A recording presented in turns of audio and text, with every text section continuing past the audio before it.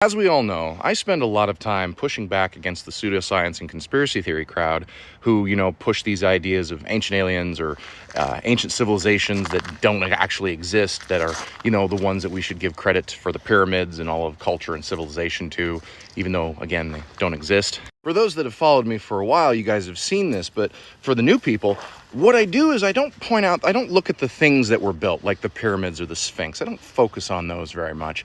But what I do ask about is, where is the other stuff? The civilizational infrastructure, the human material culture that, everybody produces, i.e. all of their garbage. Where is all of the stuff that supports the civilization? Let alone the monuments of the civilization. Where's all the stuff that supports it? Where's all of that development? Now, unfortunately, being stuck in Montana, I don't have easy access to all of these ancient sites to point out all of these things, but I do have this, and I've talked about this before. Welcome to the Big Ditch.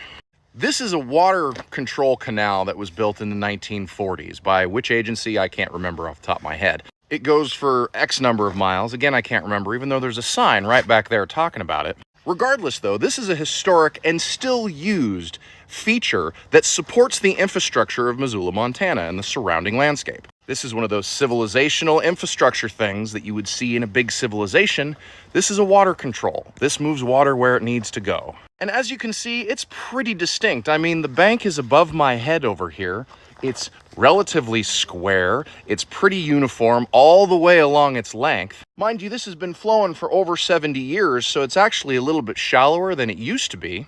But if we go up on the top of the bank, it's not only the canal, but this is the fill dirt that came out of the canal, and it's on both sides. What that's done is create a feature that's, 100 or so feet wide, 7, 8, 10 miles long, that stands out from the surrounding landscape. And not only that, it's relatively uniform, which is something that, uniformity happens in nature, yes, but this is a water course. Water is notoriously fickle.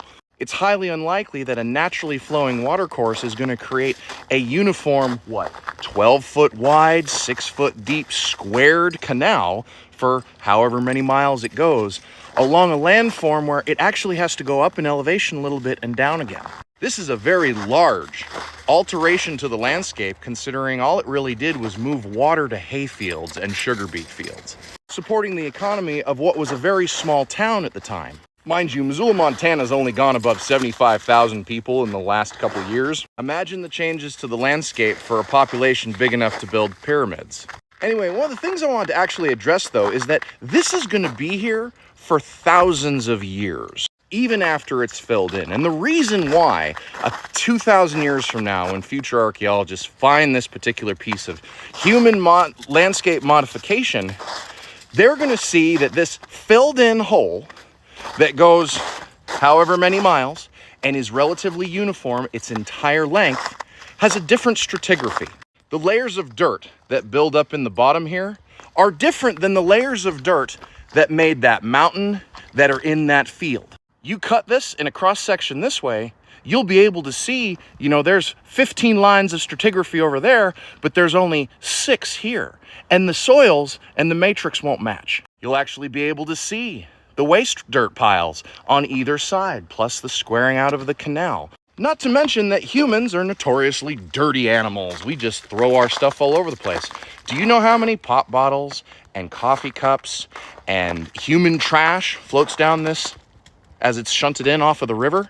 That means that there's human artifacts, regardless of how modern they are, within the matrix of the soil within the bottom of the canal here. If you want a really crazy picture of what that looks like, there's actually a timeline of the canals in Amsterdam based on the artifacts they found as they were dredging out all of the silt. 2,000-pound bombs from the RAF all the way down to Neolithic arrowheads. The entire timeline in a canal. This will have something similar. Maybe not as extensive, but you're getting my point. Even if we have a massive 5,000-year flood, because we're in a floodplain right now, don't get me wrong, this could fill in a day, depending on how much soil is being moved by the floodwaters, but you would still have a completely different matrix of the soil, completely different soil type. Even if this area was reclaimed on purpose, they rolled in with bulldozers, they filled in with the back dirt, you would still have this disturbance that's obvious in the stratigraphy of an excavation. Now, when I worked down in the Southwest in Arizona, I worked for this CRM firm that was doing projects in Phoenix, in the middle of Tempe, in the middle of the ASU campus where buildings had been built.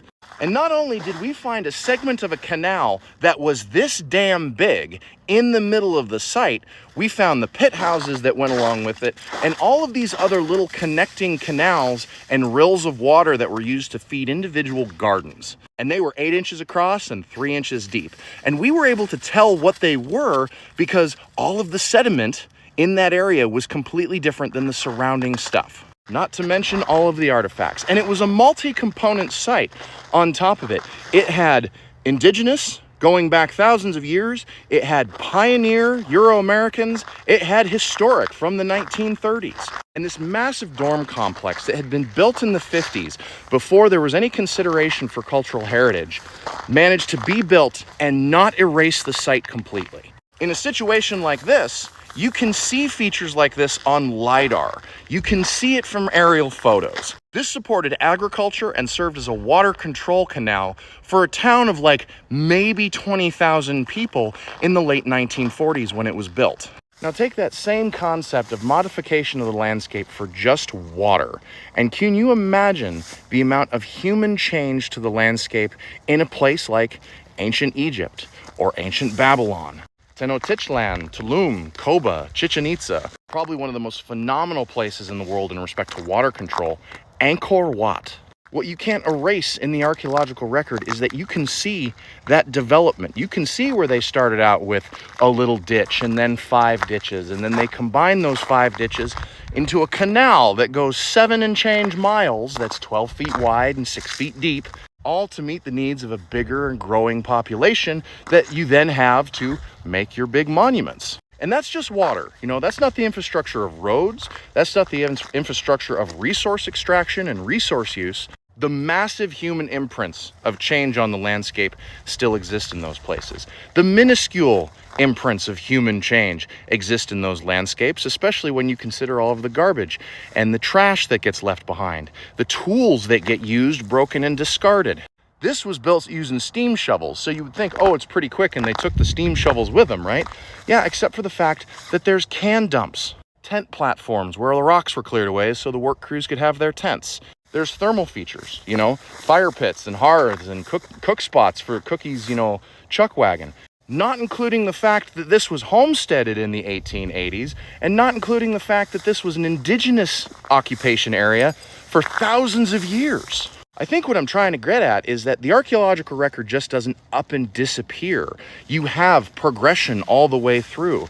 So when the conspiracy theory crowd says, oh, Atlantis was a thing, and they can't produce any of that buildup, any of that development and change and all that stuff to the pinnacle of the civilization, to where it gets wiped out because Graham Hancock said so. All of that development, all of that built up stuff would be there. No, you couldn't just erase it, and you couldn't just target, hide, or remove those specific things either, like people claim the governments do. Humans exist in their environment and they leave footprints, be it, you know, literal footprints through the desert that get fossilized to, you know, all the way up to the modern day, someone losing their keys on this very trail system, leaving that material culture there to possibly enter the archaeological record. The keys are just an example. I did not lose mine. Now, one day, if I ever figure out the resources and the game plan to do it, I might be able to give you this same lecture from a place like, you know, Baghdad or Angkor or any of these other places with you know, the rise of human civilizations. But until then, you're just going to have to deal with the big ditch in Missoula. But the principle of it remains the same, so.